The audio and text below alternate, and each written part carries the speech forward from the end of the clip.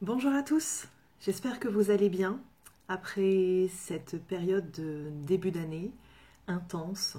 Nous sommes actuellement entre deux éclipses et je viens vous faire une courte vidéo parce que ça fait longtemps que je ne me suis pas exprimée et que je ressens qu'il y a besoin d'avoir quelques décryptages. Alors en premier lieu, je souhaite vous adresser mes meilleurs vœux pour cette année 2019. Une année qui s'annonce assez complexe dans l'ensemble de ces structures avec énormément d'intensité, énormément de potentiel également. Euh, Ça va être une très très bonne année pour réaliser de très jolis projets, pour se mettre en route, pour s'unir à des collectifs, pour se réunir aussi entre âmes sœurs. Et c'est une année qui va nous proposer de nombreux défis également, que j'aurai l'occasion de vous présenter très très prochainement, non pas en vidéo, mais sous forme d'un document PDF. Je suis toujours en train de l'écrire, c'est très long, très fastidieux. Je ne suis pas revenue vers vous récemment en vidéo parce que j'ai eu des soucis de santé qui se sont attardés depuis fin octobre. Donc ça m'a tenu un peu en dehors. Je sais aujourd'hui que c'est pas très grave en fait. Je fais une allergie à la pollution. Ce qui est un petit peu pénible, mais bon, on a enfin trouvé les traitements qu'il fallait mettre en place et ça commence à aller mieux. Voilà. Alors je commence vraiment par vous présenter un petit peu ce qu'on traverse actuellement.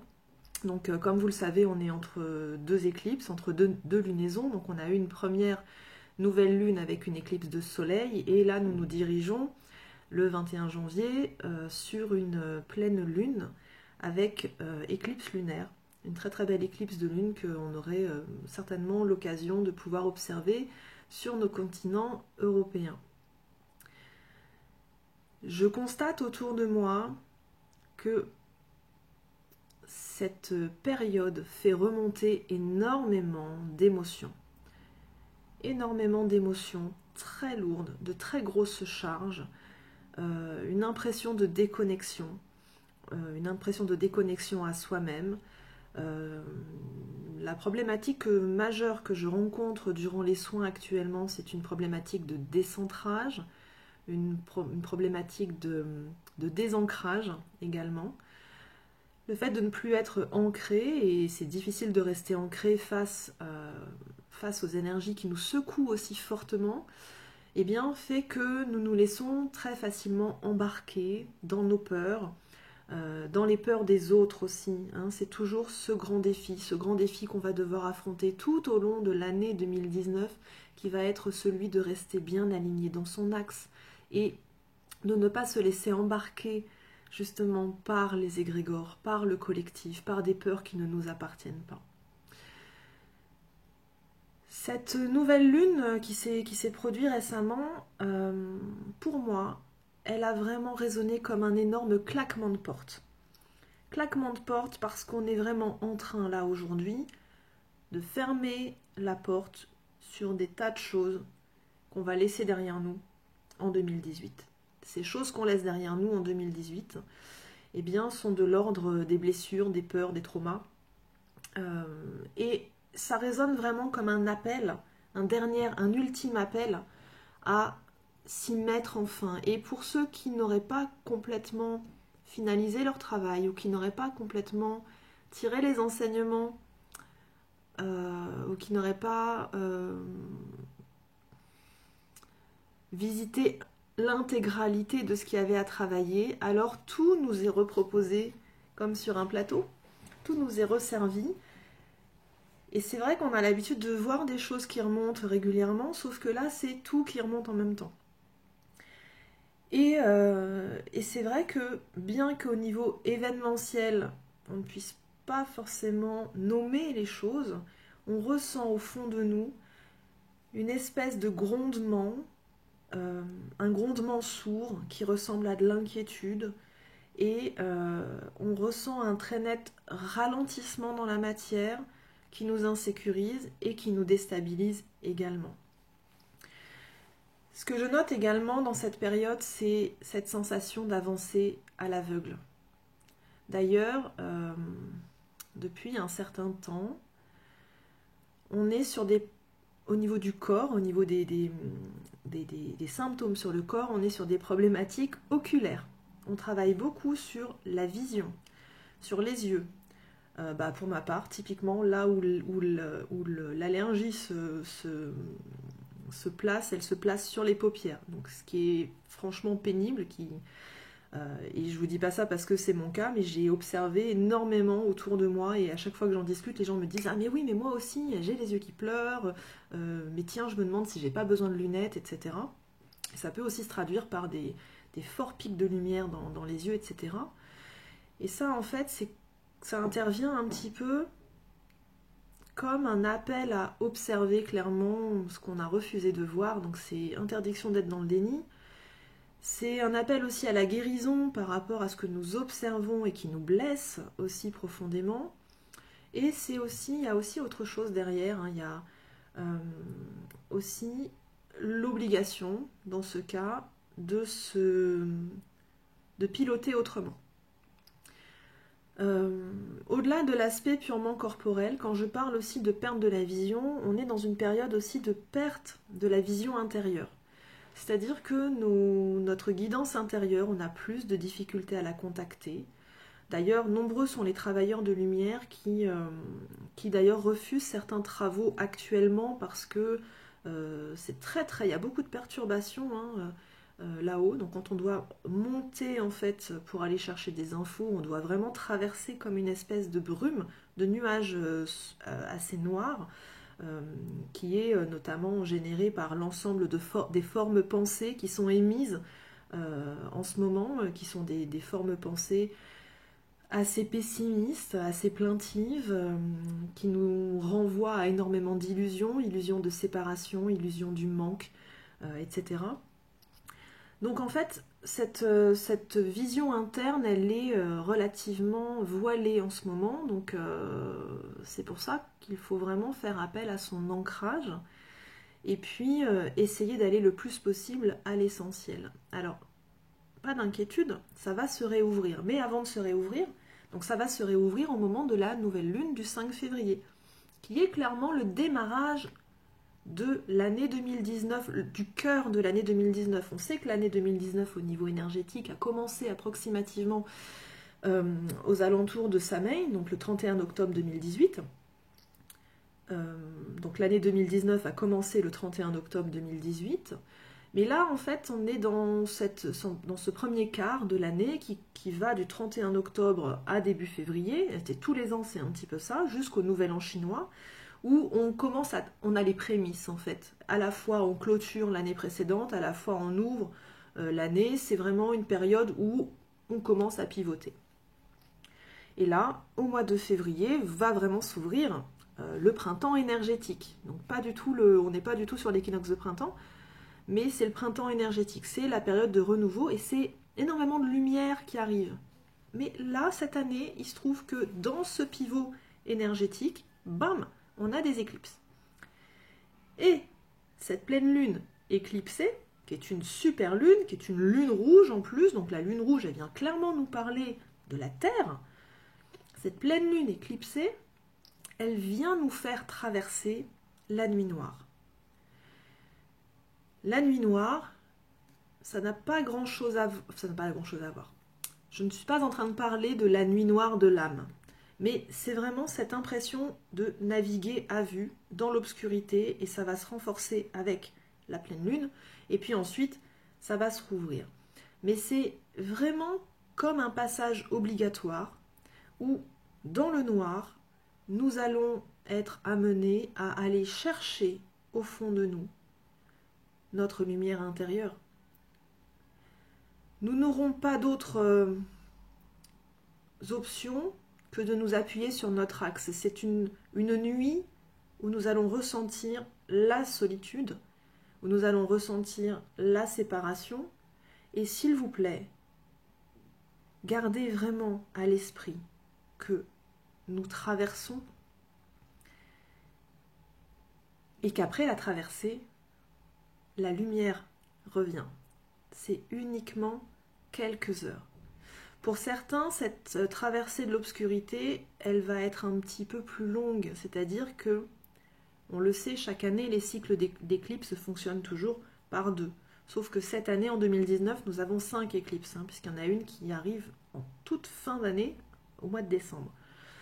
Mais là, on est sur un premier cycle d'éclipse, donc un cycle d'une éclipse à l'autre, d'une éclipse de soleil à l'éclipse de lune, mais ça ouvre un tunnel jusqu'au prochain cycle d'éclipse, d'éclipse de soleil puis éclipse de lune, ou l'inverse, éclipse de lune puis éclipse de soleil, entre juillet et août. Et donc pour certains, cette traversée dans l'obscurité, eh bien, elle va se poursuivre et ils vont retrouver la lumière. Donc ça dépend vraiment de là où on en est sur son chemin. Dans tous les cas, c'est pas très grave. Je veux dire, des traversées de l'obscurité, on en connaît tous. Ça ne veut pas dire qu'on se retrouve dans un état catastrophique, ça ne veut pas dire qu'on perd tout. Ça veut juste dire que pour un temps, nos perceptions sont un petit peu tamisées. Que pour un temps, peut-être nous rentrons à l'intérieur de nous. Nous ne cherchons pas à rayonner à l'extérieur parce que peut-être justement c'est propice à la réflexion, à l'introspection, à la connaissance de soi, à la reconnexion à soi-même. Pour moi, une traversée de la nuit, c'est toujours quelque chose d'extrêmement initiatique. D'ailleurs, chez les Amérindiens, nombre de rituels font que les gens ont à traverser un tunnel qui passe sous la terre, sous une racine d'arbre, qui est un passage qui est souvent assez étroit, pour pouvoir ressortir dans un périmètre sous les étoiles, neuf, nouveau, et accueillir les rituels d'initiation, accueillir les initiations. Tout comme le nouveau-né, qui lorsqu'il doit sortir du ventre de sa mère, se fraye un passage dans ce tunnel très très étroit qu'est le vagin. Eh bien voilà, c'est comme si nous entrons là, pour un temps, dans, allez, on va l'oser celle-là, le vagin de la lune, le vagin de la mère divine, comme si nous allons de nouveau accoucher, une nouvelle fois, de nous-mêmes, renaître, différents, plus lumineux, plus structurés. En tout cas, c'est valable pour les gens qui sont en chemin. Pour d'autres, ceux qui n'ont pas commencé leur travail personnel, et je sais que ce n'est pas votre cas, sinon vous ne seriez pas en train de regarder cette vidéo, j'avoue que cette lunaison s'annonce sous très haute tension. Je pense que beaucoup de personnes vont perdre leurs repères. Mais c'est juste, c'est aussi lorsqu'on perd ses repères qu'on en cherche de nouveau et qu'on en trouve aussi à l'intérieur de soi-même. Donc voilà, qu'est-ce que je pourrais vous dire d'autre sur cette période? Eh bien, on pourrait parler des ralentissements. Ralentissement, tout le monde nous a annoncé, on nous a un peu survendu 2019 en disant c'est le changement, on change d'énergie, ça va être nouveau, ça va être joyeux, on a le cycle de Jupiter, c'est génial. Oui, c'est vrai, c'est génial. Ça me fait penser un peu à Droopy, vous savez, c'est You know what, I'm happy. Bah oui, mais sauf que ce qu'il y a à bouger, c'est tellement énorme. Ce changement d'énergie, il ne concerne pas uniquement le saut de 2018 à 2019. C'est un changement de cycle, d'un très long cycle, d'un cycle qui, pour certains, en fait, vous savez, dans les cycles, on a des cycles à l'intérieur des cycles. Donc là, on clôture un cycle qui a commencé en 2011, on clôture un deuxième cycle qui a commencé en 2001, on clôture un cycle qui a commencé en 1900, je ne sais plus, pardon, j'ai oublié, 1901 je crois, et puis un cycle beaucoup plus long qui a commencé au XVIe siècle. Donc il y a plein de choses qui sont en train de bouger, hein. Voilà, donc on a tous individuellement commencé le pivot en 2018, là maintenant il s'agit de bouger un petit peu plus en profondeur aussi au niveau des collectifs. Suivant les collectifs, quand on doit bouger l'ensemble d'une structure avec ses fondations, eh bien on se dit bien que ça prend du temps, quoi. C'est massif. Hein, c'est un peu comme si, je sais pas moi, qu'est-ce qu'on pourrait prendre comme exemple il y a une différence entre prendre un virage avec une trottinette ou avec des rollers et prendre ce même virage avec un 15 tonnes, avec un gros bus. On s'imagine bien que la trajectoire n'est pas tout à fait la même, que autant avec une trottinette, je peux me permettre d'y aller à fond, tout est relatif, hein, mais autant avec le bus, si je veux pas que le bus se couche, il faut que je manœuvre tout doucement. Et on est à la manœuvre, complètement. On est à la manœuvre et on a encore beaucoup de choses à intégrer. Et quand je dis intégrer, c'est-à-dire qu'on a reçu tellement d'afflux de lumière en 2018 qu'on est encore là dans les apprentissages. Il y a des choses qui émergent, des choses qu'on découvre, qu'on continue de s'approprier, mais il faut le temps avant de pouvoir les mettre concrètement dans la balance ou les acter dans la matière. Donc sur cette notion de difficulté à avancer, bon, c'est juste aussi, j'ai l'impression que ça va être un peu ce qui va être là pour nous tous tout au long de l'année 2018, puisque dans l'année 2018, 2019, excusez-moi, je pensais à autre chose en même temps. Sur l'année 2019, on est sur une année yin. Donc, jusque-là, ça nous parle de la fluidité, le mouvement, la créativité, etc. Mais on va rentrer dans l'année du cochon de terre yin. Donc, quand vous mettez de l'eau dans la terre, qu'est-ce qui se produit? Il se produit une espèce d'effet de boue, ou une espèce d'effet où ça glisse un peu, donc on est un peu prudent. Donc ça va être un peu l'énergie sur toute l'année, c'est-à-dire qu'à la fois on a la terre qui est là, qui est structurante, qui est solide, qui nous renforce, etc. Mais qu'en même temps, avec cette fluidité, les choses vont aller très très vite, vont être un petit peu instables. Donc voilà, tout au long de l'année, on va devoir faire preuve d'un petit peu de prudence et puis surtout de beaucoup de patience, parce qu'on n'oublie pas que 2019, elle est sous l'arcane du pendu. Le pendu va nous parler de la frustration, va nous parler de la perte de contrôle, va nous parler de l'attente, de la renaissance, d'une certaine forme de régénération, tout en même temps qu'il nous parle que malgré cette frustration, malgré cette attente, malgré cette position qui est un petit peu inconfortable quand même d'être pendu par les pieds, d'avoir la tête en bas, quand on observe la carte de tarot du pendu, on voit que quand même, le gars, il est tranquille. Il n'a pas l'air de trop s'en faire. Je veux dire, il a un côté un peu nonchalant. Je suis en train de vous chercher la carte là en même temps. Il a un côté quand même un petit peu nonchalant.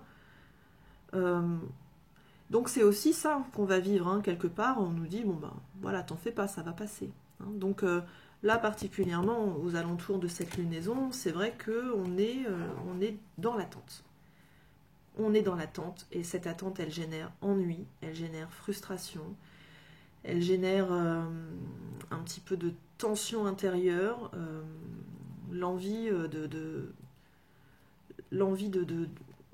changer beaucoup de choses, tout en sachant que pour l'instant, on n'en a pas les moyens, pas encore, ça va venir.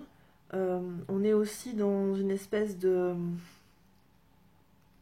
non-fluidité financière pour beaucoup, où des rentrées d'argent peut-être tardent un petit peu, hein. Il y a des retards de quelques jours, hein, sur les rentrées d'argent. Il y a des inquiétudes qui se greffent, des inquiétudes qui, comme je vous le disais tout à l'heure, ne sont pas forcément justifiées. Mais ça va vraiment rentrer à l'équilibre à partir de début février.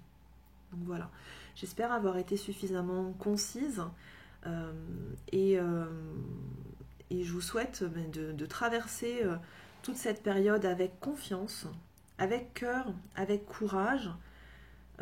Essayez de rester connecté à votre cœur supérieur le plus possible. Si vous ressentez que vous avez des difficultés à traverser ça, peut-être qu'il y a un problème d'ancrage, donc vous pouvez faire des méditations d'ancrage, d'enracinement. Je pense que c'est aussi le bon moment aussi pour aller se faire rebooster au niveau de vos énergies. Donc quelle que soit la pratique que vous choisissez, on a été tellement fatigué, hein, ces derniers temps, que c'est le bon moment là pour faire des cures de vitamines, des cures de fruits et légumes frais si on peut, et puis les soins énergétiques aussi pour entamer ces énergies de 2019 avec le plus d'énergie possible. Donc voilà. Pour ma part, je suis avec vous encore tout le mois de janvier, donc n'hésitez pas à me contacter si vous avez des questions. Je serai absente un petit peu en février, mais si vous avez besoin d'un rendez-vous, si vous avez besoin d'une information spécifique, n'hésitez pas à m'écrire et je serai là pour vous répondre. Du fond du cœur, je vous embrasse très fort, portez-vous bien et à très bientôt.